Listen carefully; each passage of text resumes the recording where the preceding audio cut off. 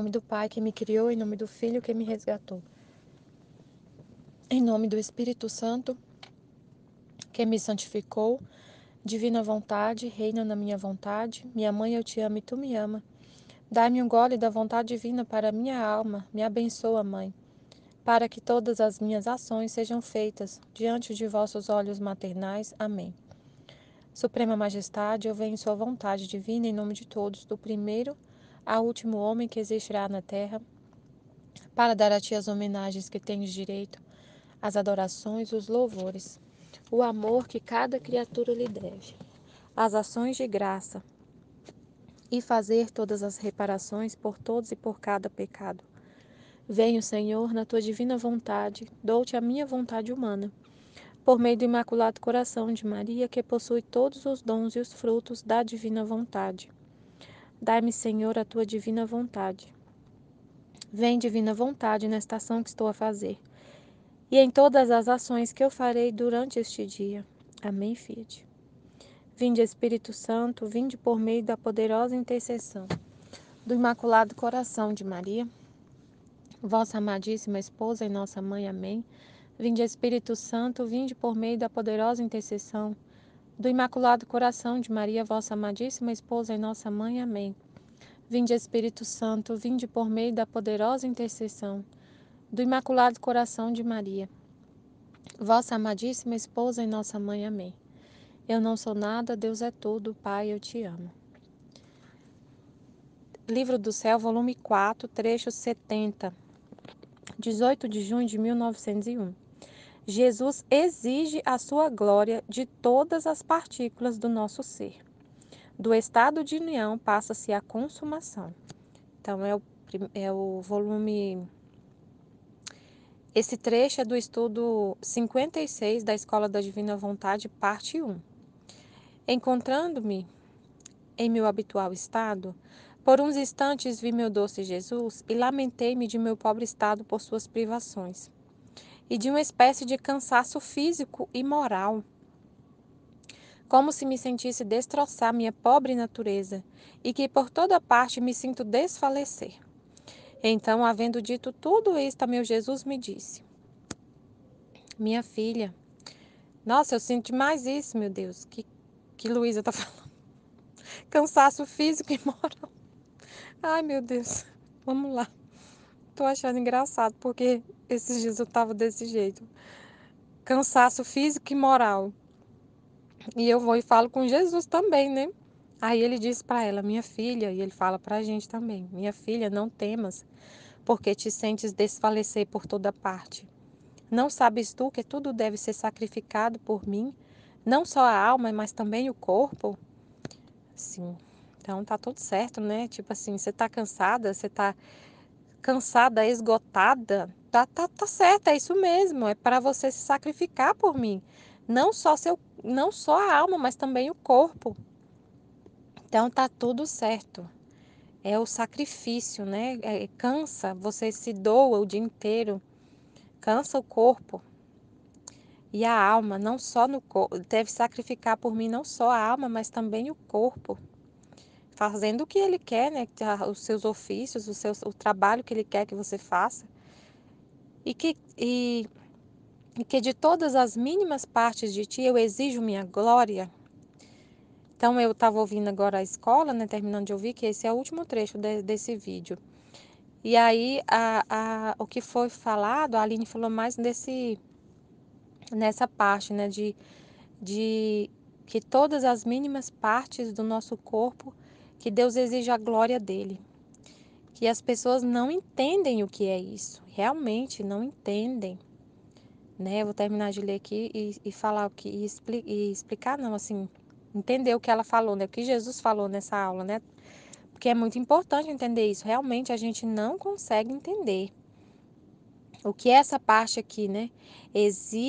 Eu exijo minha glória em cada parte, mínimas partes do seu corpo. Aí ele fala aqui, né? E além disso, e além disso,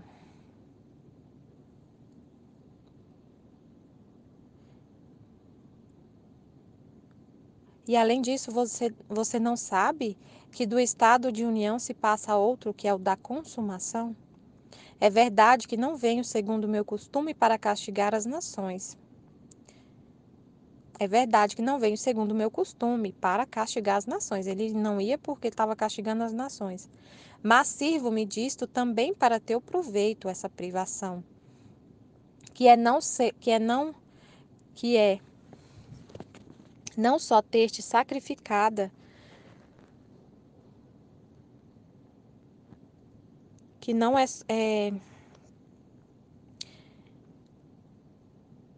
mas sirvo-me disso também para teu proveito. É verdade que não venho segundo o meu costume para castigar as nações, mas sirvo-me disso também para teu proveito, que é não só ter-te unida comigo, senão de te consumir por amor meu. Esse sofrimento fazia ela se consumir de amor, essa privação. Com efeito, não vindo eu, e sentindo-te desfalecer pela minha ausência, não vens consumir-te de amor por mim? De resto, não tens razão para te afligir. Não tens razão para te afligir. Primeiro, porque quando me vês é sempre do teu interior que me vês sair. E isto é um sinal certo que estou contigo. E depois, porque ainda devem passar dias sem que possas dizer que me viste perfeitamente. Minha filha, te recomendo muito, muito que não faça sair de ti nenhum mínimo ato que não seja paciência, resignação, doçura, igualdade de ti mesma, tranquilidade em tudo. De outra maneira, viria a me desonrar e sucederia como a um rei que habitasse dentro de um palácio muito enriquecido.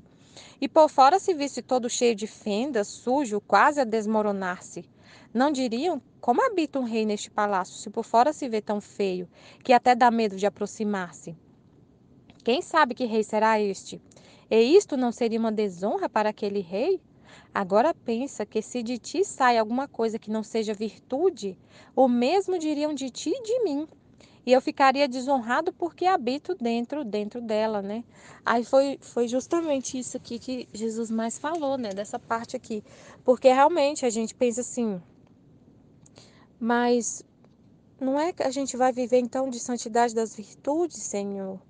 Dá um nó no cérebro, né? A gente pensa assim, igual agora eu tô falando essa palavra, alguém já pode falar, não, Jesus não habita nela. Por que que ela tá falando desse jeito? Dá um nó no cérebro. Se você pegar o livro que Jesus ditou, ele não usa esse tipo de vocabulário. Então, não é ele que está falando nela, não é ele, ela está desonrando a divina vontade. Porque ela está falando isso, essa expressão. Então, e aí, Senhor? E aí, a gente vive. Então, quer dizer que a gente tem que falar igualzinho o Senhor, tem que falar, né? Tem que, para não te desonrar. E às vezes a gente perde, a gente não tem paciência, às vezes a gente fala, a gente fica nervosa. Então, e aí, né? Que aí a Aline falou, né? Que uma pessoa mandou para ela esse texto falando assim, ó, você tem que ser, Jesus pede para você ser assim, né? Que às vezes as pessoas veem a gente fazendo vídeo e a gente chora, a gente fica nervosa, às vezes fala, mas a gente só fala o que Jesus está falando no livro, né? No livro do céu, quando a gente está falando da igreja dos sacerdotes. Volume 10 todinho do livro do céu é Jesus falando da situação da igreja e dos sacerdotes. A gente só fala o que ele está falando. Tudo que a gente fala é porque Jesus falou. É ele em nós. E aí, mas aí você pega esse trecho aqui e fica confusa. Por quê? Porque é o que Jesus estava explicando. É difícil entender o que é santidade, o que é vida espiritual, o que é vida interior, o que é santidade. É difícil, né? É complicado, não é fácil. Falar assim, você acha que é só olhando por fora as atitudes da pessoa externas? Só só o jeito de, você acha que santidade se define no modo como a pessoa fala? No modo como ela se veste? No modo como ela se comporta? No vocabulário que ela usa para falar? No jeito que ela anda? Se você achar que santidade é isso, está totalmente equivocado, porque é no coração, é no interior. É no interior. É o que Deus está vendo. É Ele que é interior. Às vezes, realmente, você vai olhar por fora uma pessoa e vai falar, nossa, é uma... Não tem nem santidade nenhuma. Ao jeito que ela fala nó no cérebro, falando... Ela tá lendo a palavra de Deus, ela tá meditando a palavra de Deus e tá usando essa expressão. A oração é falar com Deus e ela fala com Deus desse jeito. Então, o que Deus olha é o interior. Tá no interior a vida espiritual, a santidade. Então, mas aí o que é interessante o jeito que a Aline estava falando, né? Que Deus estava falando. Mas você vê, às vezes, a gente fazendo vídeo, né? E a gente chora, se emociona, ou a gente fica assim, chateada mesmo com alguma coisa que está acontecendo, igual o dia. Nossa, o dia que eu. Gente, a gente sente uma dor tão grande, uma dor. O dia que eu fui na missa do Frei Gilson, meu Deus, vocês têm noção do tanto que eu chorei fazendo um áudio contando a missa do Frei Gilson. E o tanto que eu fiquei nervosa com as coisas que ele tava falando. Eu vi ao vivo, assim, ó, eu tava lá pertinho dele, ele falando as coisas. Meu Deus, como eu sofri.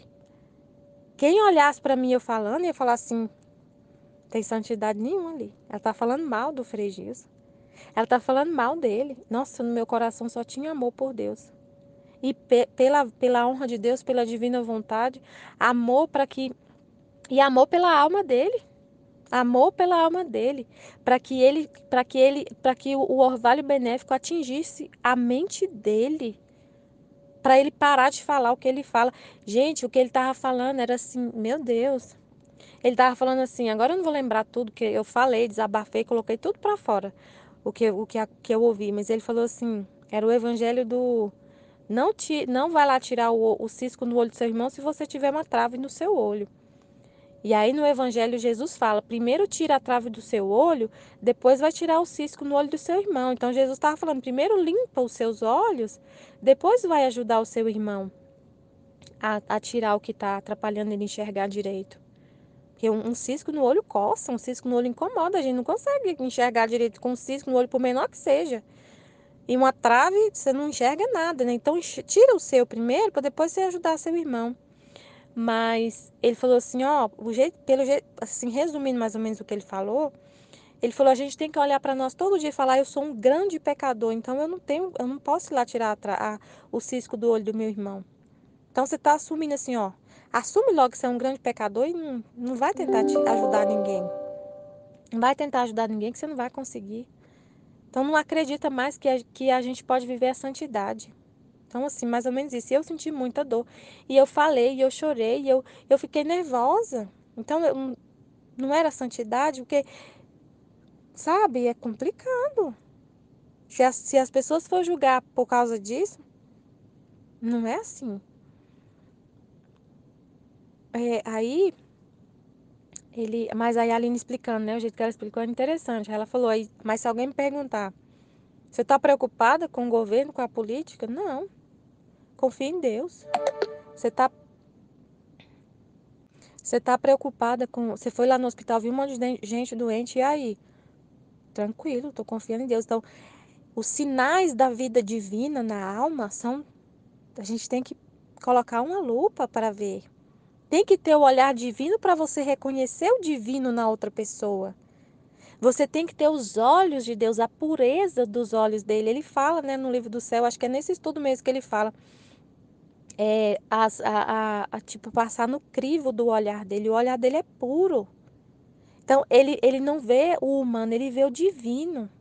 Então, para você identificar que a pessoa tem a vida divina no outro, você tem que estar com a visão divina. Se você tiver a visão humana, você vai só olhar o humano. Ah, humanamente é uma miséria.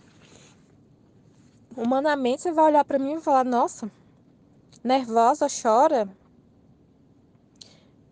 Ela é estressada. Hoje mesmo, meu colega falou: você está mais calma? Então, quer dizer, eu estava estressada ontem. Eu não estava estressada assim. Eu só fui dar um conselho para ele. Eu falei assim: olha. Do jeito que está acontecendo, a gente está sendo muito cobrado, sofrendo muitas cobranças. Se a gente for preocupar tanto em manter a nossa atividade, sabe? Assim, se a gente ficar muito preocupado com isso, a gente vai enlouquecer. Vai enlouquecer, porque, é, tipo, mesmo que a gente faça um trabalho perfeito aqui, perfeito, sem nenhuma falha, se alguém lá de cima não for com a nossa cara, no outro dia tira tudo da gente. Então não adianta a gente se apegar a isso.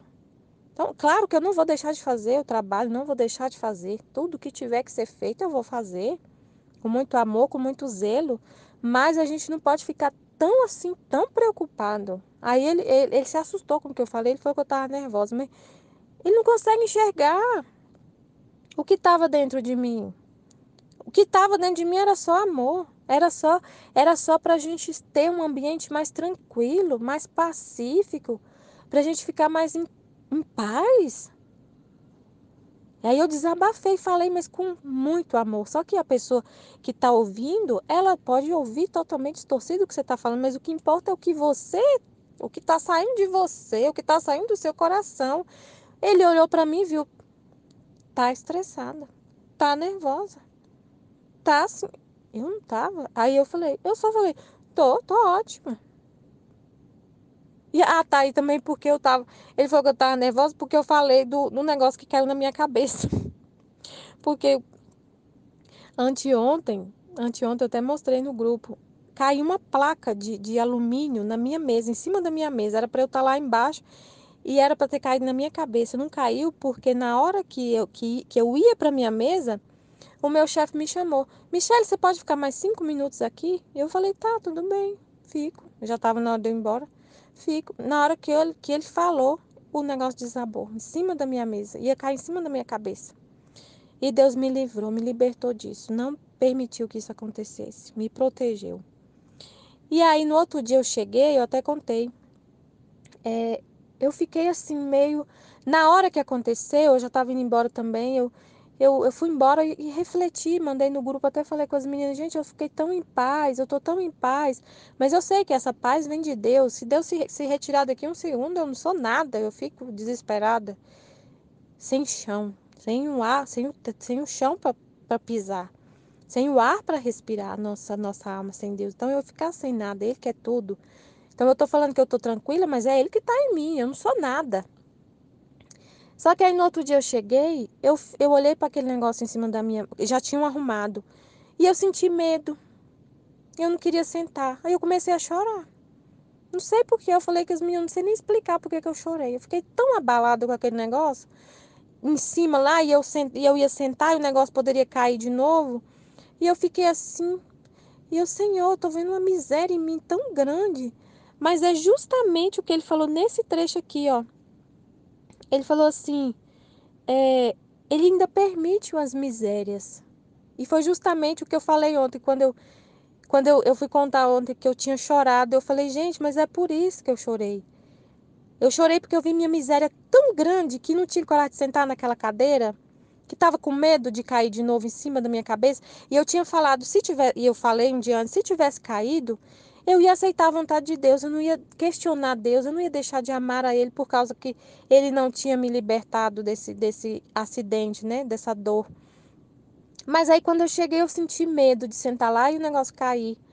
E aí eu fiquei me sentindo uma miséria. E aí Jesus falou comigo ontem, quando eu fui desabafando, ele falou: eu permito essas misérias justamente porque a miséria é para você ficar cada vez mais dependente de mim. Cada vez mais dependente de mim, você saber que você não é nada. Porque o dia que você pensar que você é alguma coisa por si mesma, aí você vira querendo ser Deus sem Deus. É a proposta do demônio lá no pecado original. É orgulho. Então a miséria é uma bênção de Deus. Ele deixar você tocar a sua miséria, ver sua miséria. Para você ver, para você ser humilde. Você nunca esquecer que você é criatura e Ele é o Criador. Que Ele é tudo e você é o nada. Isso aí eu toquei com a mão ontem. Eu falei, nossa, obrigada, Senhor. Eu senti demais que eu sou um nada, que eu sou um nada, um nada. E que eu tenho que correr sempre para o Senhor. Que o Senhor quer tudo. E aí então, assim, aí a Aline explicando, né? Se perguntar, eu tô tranquila. Então, isso que é o sinal da divina vontade, isso que honra a divina vontade. Não é o jeito que a gente fala, é as expressões que a gente usa, é o jeito. E aí é o choro, né? Às vezes a gente fica nervosa. Mas aí Jesus vai explicar, e ele falou aqui mais para frente.